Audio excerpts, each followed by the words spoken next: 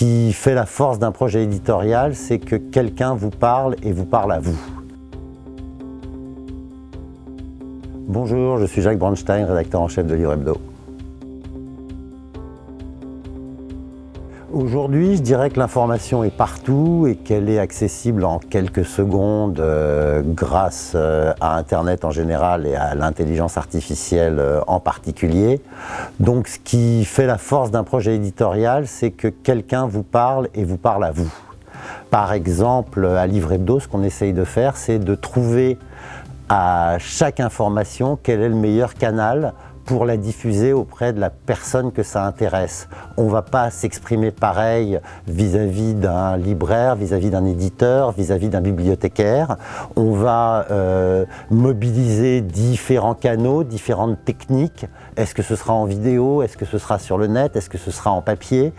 Est-ce que ce sera dans la newsletter du matin ou dans une newsletter spécialisée? Ce qui fait la force d'un projet éditorial, c'est de trouver une cohérence qui fait que chaque message est adressé à la bonne personne. Et ça, je dirais que l'intelligence humaine peut encore avoir de temps en temps quelques idées que l'intelligence artificielle n'a pas encore. Le premier exemple qui me vient, c'est un livre qui est sorti en février dernier. Mon vrai nom est Elisabeth de Adèle Lyon. C'est un roman très particulier puisque c'est plutôt un dossier, une enquête sur quelqu'un de sa famille qui a été victime de trépanation dans les années 50. C'est un livre...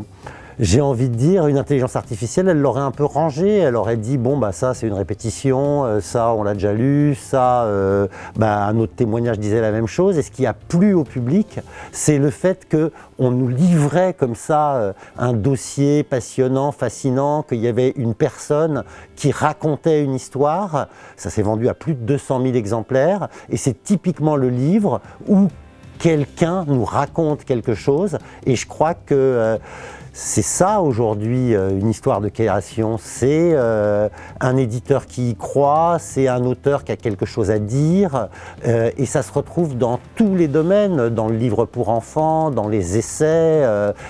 Quelque part, là où l'intelligence artificielle met en danger la création humaine, c'est quand l'auteur n'y tient pas tout à fait, que l'éditeur n'est pas sûr, que le libraire se demande bien pourquoi.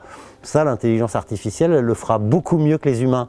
Par contre, quand on croit en quelque chose, quand on sent qu'il y a quelqu'un en face, il y a quand même quelque chose. Je me souviens du titre de ce livre il y a quelques années qui disait « J'aimerais que quelqu'un m'attende quelque part ».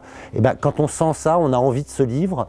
Et ça, l'intelligence artificielle n'en est pas tout à fait capable. Et ça n'est pas, comme je le disais, uniquement pour les romans, évidemment. C'est ce qui se passe avec La Maison Vide, le prix Goncourt chez Minuit de Laurent Mauvigné. C'est qu'on sent bien que cette histoire, il n'y a que lui qui peut nous la raconter. Et là encore, une intelligence artificielle aurait dit « il y a des longueurs, on va un peu couper ». Alors que ces longueurs, c'est ce qui fait qu'on plonge dans cette histoire, dans cette famille. Et ça se retrouve aussi sur les essais. Moi, là, j'ai lu Les Lumières sombres de Arnaud Miranda dans la collection Le Grand Continent Gallimard, qui nous parle des néo-réactionnaires américains.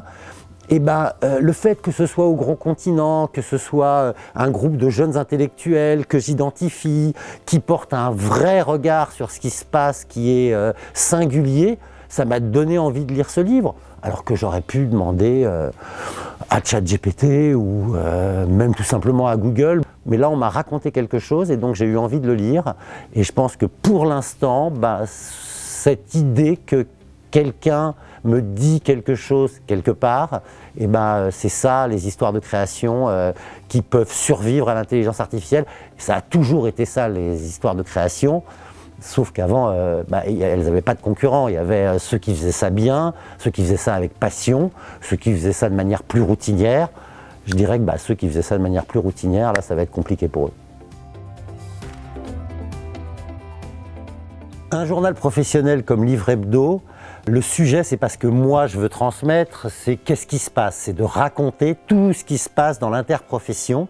Et donc, il faut un petit peu s'effacer. Ce que j'ai envie de transmettre, c'est pas ce que je pense de l'édition, des romans, de la librairie, c'est ce que les gens qui les font pensent. Et donc, ce que je vais essayer de transmettre, c'est la passion. C'est la passion des libraires, c'est la passion des éditeurs, c'est la passion des écrivains, c'est la passion des bibliothécaires. Essayer d'être avant tout un passeur de la passion des autres. Et si je dois transmettre quelque chose, c'est pas ma passion des livres, c'est la passion de tous les gens de l'interprofession pour le livre.